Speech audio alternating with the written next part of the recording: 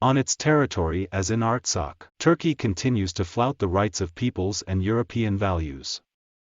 Since last September, the Azeri Turkish regime in Azerbaijan, with the logical support of the neighbouring state of Turkey, has resumed the attacks it began 2 years ago against the Republic of Artsakh, formerly Nagorno-Karabakh, which has been independent since September 2, 1991, and which it considers to be part of its sovereign territory even though 80% of its population is Armenian.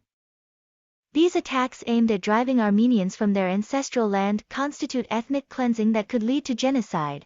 The Occitan Nation Party denounces the double standards of the European Union, which, rightly, supports the Ukraine attacked by Russia but at the same time, signs a gas agreement with Azerbaijan with the approval of France and abandons the Armenians of Artsakh to their fate.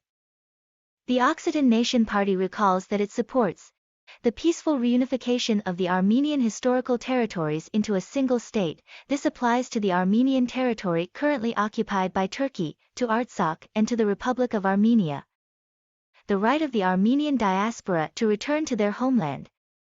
The recognition of the Armenian genocide by Turkey.